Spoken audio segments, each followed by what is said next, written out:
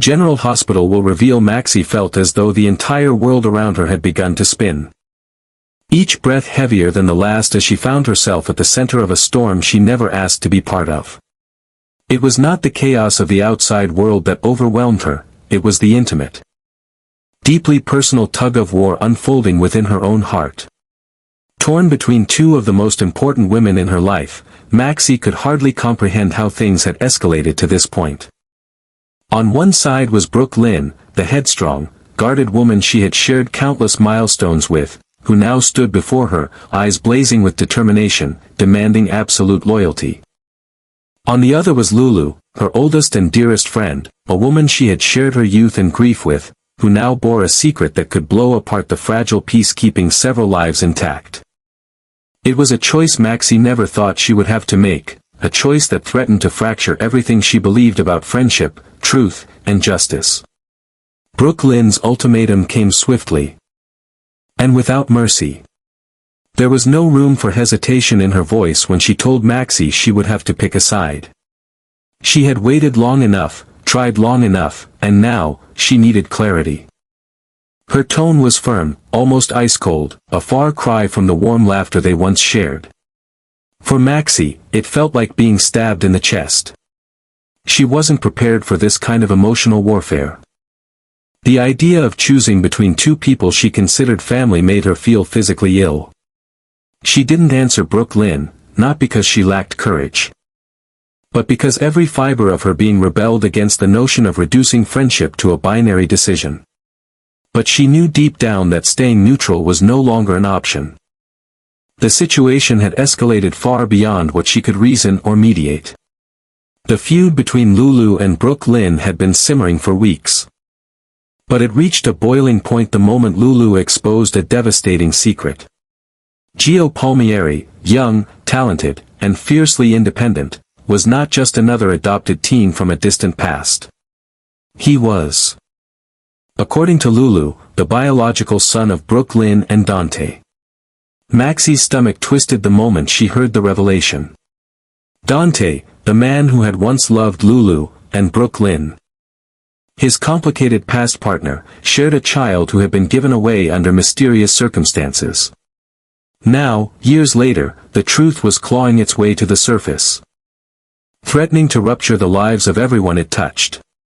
Lulu, acting more as an investigative journalist than a concerned friend, had taken it upon herself to piece together the clues. She believed it was time for Dante to know the truth, that he had a son living under a false identity. She felt it was her duty, perhaps even her right, to uncover and reveal what Brook Lynn had so desperately tried to keep hidden. To Maxie, it was a betrayal of the worst kind. Lulu wielded the information like a weapon, keeping it poised and ready, as if waiting for the right moment to strike. It wasn't about truth anymore, it had become a power play. Maxie could understand, to some extent, the pain and urgency Lulu must have felt, especially if she believed Dante was being denied the chance to know his own child. But the method, the recklessness, the emotional carnage it was causing, Maxie couldn't condone it. She told herself that Lulu was crossing a line, stepping into territory that wasn't hers. Brook Lynn had made a choice, however flawed. And it was not up to Lulu to undo that choice, especially not in a way that would cause more harm than healing. Maxie found herself siding with Brook Lynn by default, believing that privacy should be respected, that past mistakes should be handled delicately, not dragged into the public sphere like a headline. But then something happened that shook Maxie to her core and turned her judgment on its head. One quiet afternoon, while cleaning out an old office space that once belonged to Brook Lynn at Deception Cosmetics, Maxie stumbled upon a locked drawer that had been overlooked. Inside was a tattered envelope, yellowed with age, addressed in Brook Lynn's handwriting to her mother, Lois. It looked forgotten, perhaps intentionally hidden. Driven by a mix of curiosity and dread, Maxie read the letter, and what she discovered changed everything. The contents were heartbreaking. In her early 20s, Brook Lynn had poured her soul into that letter.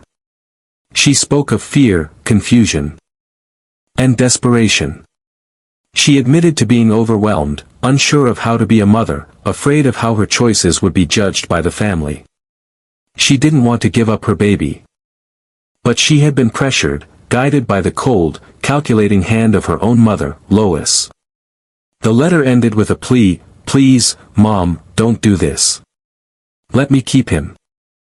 But attached to the envelope was something far more disturbing, a reply from Lois, scribbled on hospital letterhead, confirming arrangements with a private adoption agency connected to a family of investors tied to the Quartermain legacy.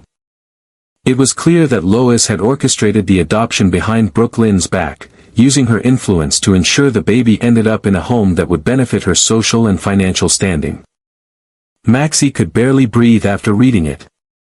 The woman she had admired for her fierce love and protectiveness had, in truth, manipulated her own daughter and turned her grandson into a pawn. The revelation left her reeling. Everything she thought she knew about the adoption, the reasons, the intentions, was a lie. Brooke Lynn had not abandoned her child. She had been robbed of him. Suddenly, Lulu's crusade didn't seem so reckless. It seemed necessary.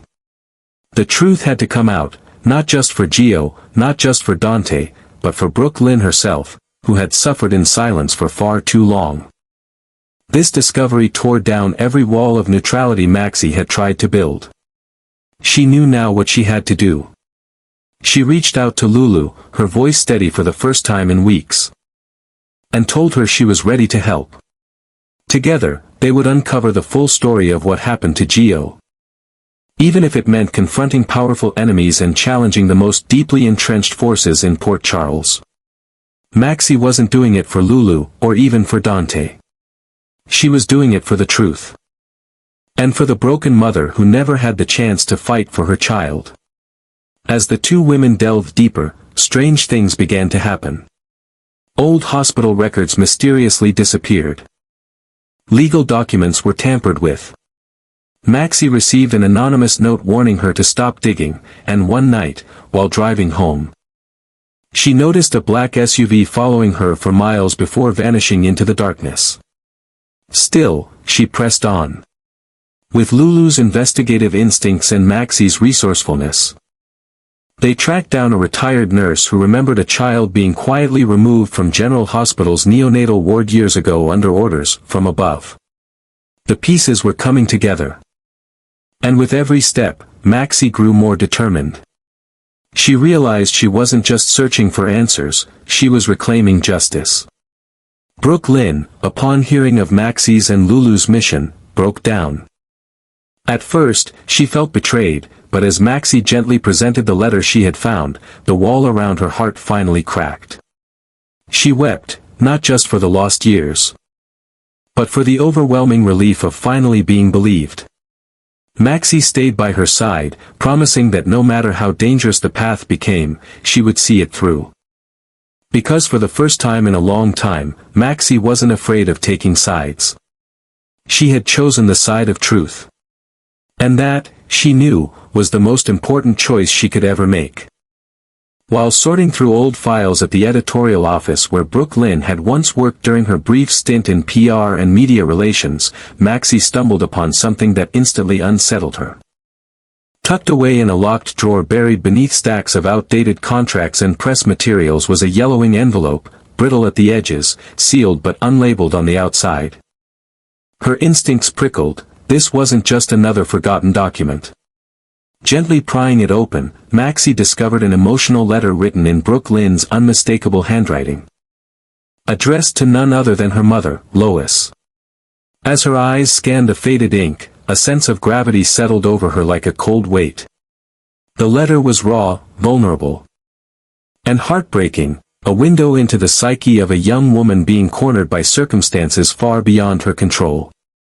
Brooke Lynn had poured her soul into that message. With trembling honesty, she described the inner torment of carrying a child she had grown to love deeply, only to feel that love weaponized against her. She detailed the sleepless nights, the mounting panic, the sense of being silenced every time she tried to speak out. Most devastating of all was her desperate plea to her mother, "Please, Mom, let me raise my baby." I know I made mistakes. But I can't bear the thought of letting him go. I need to try. I have to try. There was no malice in Brook Lynn's words, only sorrow, confusion, and a sincere yearning for maternal understanding. But any hope that Lois might have responded with empathy was instantly extinguished when Maxie turned the page and found a second note, this one scribbled in terse, almost clinical handwriting on hospital stationery. It was a response, hastily scrawled by Lois herself, and it chilled Maxie to the bone. Lois's words were devoid of warmth. They weren't the words of a mother guiding her daughter through a difficult decision. Instead, they read like directives, cold, calculating, and disturbingly strategic. Lois confirmed in the note that she had already arranged for the baby to be placed with a specific adoptive family. Not just any family, but one with well-established financial and social ties to a powerful corporate entity that had long been circling the Quartermaine legacy like vultures. She didn't mention love. She didn't mention the child's welfare.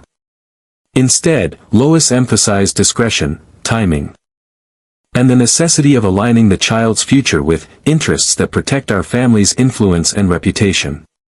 It became immediately horrifyingly clear that the adoption had never been about what was best for the baby or even about sparing Brook Lynn public shame. It was about leverage. About power. About securing control in the subtle wars that played out behind boardroom doors and within the dark corridors of the elite. Lois had used her own grandson as a pawn in a larger game of corporate dominance, ensuring the child was embedded in a family whose connections would be useful to her long-term strategy for manipulating stock control and steering the narrative within the Quartermaine dynasty. Maxie's hands shook as she clutched both documents. Realizing that the act of giving away the child had not been an act of maternal failure, but of betrayal. Brook Lynn had not willingly abandoned her child. She had been outmaneuvered, overpowered, and emotionally blackmailed by her own mother. Lois had orchestrated the entire process under the guise of necessity, but in truth, it was a masterclass in coercion. Brook Lynn had been too young, too overwhelmed, too heartbroken to resist. And now, the living proof of that trauma, Gio, was walking through life unaware of the political forces that had shaped his very existence. The realization gutted Maxie. Everything she had previously believed about the situation, every defense she had offered for Lois's reputation, dissolved under the weight of that sinister note. The very notion that a grandmother could so callously barter her own flesh and blood in a game of financial positioning was too much to bear. And it explained so much, the secrecy. The guilt in Brook Lynn's eyes every time someone mentioned motherhood, the way she had distanced herself from Dante despite the obvious affection that lingered between them. In that moment, Maxie understood with heartbreaking clarity that Brook Lynn had never stood a chance. The narrative had been stolen from her before it even began. And if Gio was ever going to learn the truth, not just about who his parents were, but about the web of manipulation that had determined the course of his life, then Maxie knew she had a moral obligation to make it happen. What had started as an emotional dilemma between two friends had now evolved into a mission of redemption and exposure. The child that had been turned into a corporate chess piece deserved more than silence. He deserved the truth. And so did the woman who had once begged, in ink stained with tears, for the chance to simply be his mother. Maxie shuddered as she finished reading the final lines of the letter and the attached note. Her entire body felt cold. As if an icy wave had passed through her core, rooting her to the floor of that dimly lit office. Her stomach twisted into knots, and she could feel bile rising in her throat, not from sickness, but from disbelief. It was nearly impossible to reconcile the image she once held of Lois, the ever-present, vibrant woman who'd played the role of the doting grandmother, with the dark reality that now stared her in the face. This wasn't the work of a desperate matriarch trying to protect her daughter from scandal, it was the deliberate maneuver of a power-hungry strategist, willing to sacrifice her own grandchild to secure leverage in a high-stakes game of corporate politics. Maxie's breath caught as she looked up, vision blurring with the weight of the revelation. The veil had been lifted. Brook Lynn was no longer the woman Maxie had judged for her secrecy, no longer the mother she had once silently accused of cowardice and abandonment. No, she was a victim. A young girl who had been cornered, manipulated, and ultimately betrayed by the one person she should have been able to trust above all others, her own mother. And what stung even more was that Brook Lynn had carried the shame alone for years, never revealing the horror of what had truly transpired. In that moment, Maxie saw Lulu in a new light too. For all her brashness, her tendency to leap without looking, Lulu's instincts had been right all along. She wasn't trying to destroy Brook Lynn or cause drama, she had sensed that something was deeply wrong and had acted to protect an innocent boy from living a life built on lies. Gio wasn't just a bystander. He was the heart of a secret so dark it could unravel not only the lives of those involved, but the entire public facade of the Quartermaine family. And he didn't even know it. Maxie could no longer remain on the sidelines. Neutrality was a luxury she no longer had the privilege to afford. With a sense of urgency pulsing in her veins, she went straight to Lulu. This time, she wasn't there to scold or mediate.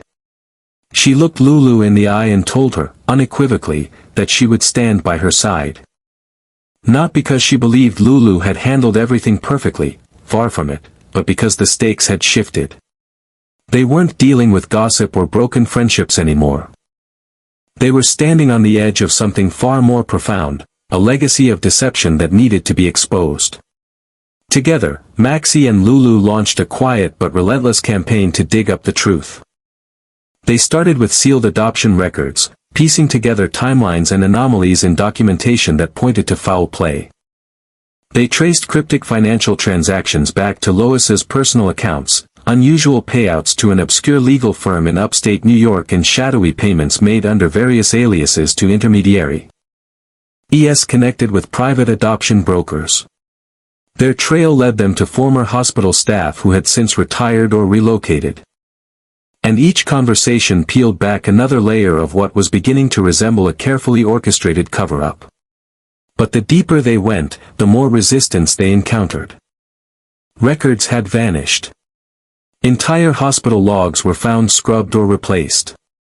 On one occasion, after traveling across state lines to a small, private archival facility housing old hospital birth records, the facility suffered a sudden power outage just as they were accessing the file cabinet linked to births on the date of Joe's supposed adoption. As they scrambled to find their way in the dark, the heavy steel doors to the archive snapped shut, locking them inside. Hours passed in complete silence, interrupted only by the occasional metallic clang echoing through the ventilation shafts. Eventually, a lone maintenance worker on a routine midnight inspection discovered them and pried the doors open. Neither Lulu nor Maxie believed the blackout was accidental. It was now undeniably clear, someone was working behind the scenes to erase every trace of Joe's origins, someone with enough power and reach to manipulate hospital records, influence legal documentation, and monitor their investigation. And yet, Maxie refused to stop. Fear, which once would have paralyzed her, had become fuel. She reached out to a legal advocacy group specializing in child identity restoration and rights violations. Working under the radar, she began to compile a formal case, one that, if taken to court, could not only force the unsealing of records but potentially hold Lois and her accomplices accountable. Brook Lynn, when confronted with the evidence, collapsed under the weight of her own memories. At first, she lashed out, frightened and cornered. But as Maxie presented the letter and walked her through every piece of information they had gathered, Brook Lynn's fury gave way to anguish. She cried, truly cried, for the first time in years. Not just for the child she lost, but for the lies she had been forced to live. Maxie stayed beside her, offering quiet strength and the assurance that she no longer had to suffer alone. As they prepared for what could be their final confrontation with the truth, every clue they had collected pointed to one final location, a private medical facility where a nameless infant had been born in secrecy and disappeared the same night. It was here that Maxie and Lulu would face the culmination of their search. But they knew they weren't just walking into a building, they were stepping into a nest of decades-old deception. Tangled with powerful interests and unspoken threats. Every door they opened carried the risk of retaliation, yet Maxie's resolve had never been stronger. She was no longer the woman paralyzed by emotional allegiance. No longer the friend trying to mediate peace between two warring souls. Maxie had evolved into something else entirely. A crusader for truth, a protector of the voiceless, and a warrior willing to face the wrath of one of the most formidable families in Port Charles. Even if it meant standing against Lois. Even if it meant unmasking the legacy of silence woven into the Quatermain Empire. For Geo, who deserved to know who he truly was. For Brook Lynn, who had paid the price of her silence in loneliness and guilt. And for herself, for every woman who had ever been silenced, manipulated, or made to feel powerless, Maxie knew it was time to drag this secret out of the shadows and into the light. No matter what it cost.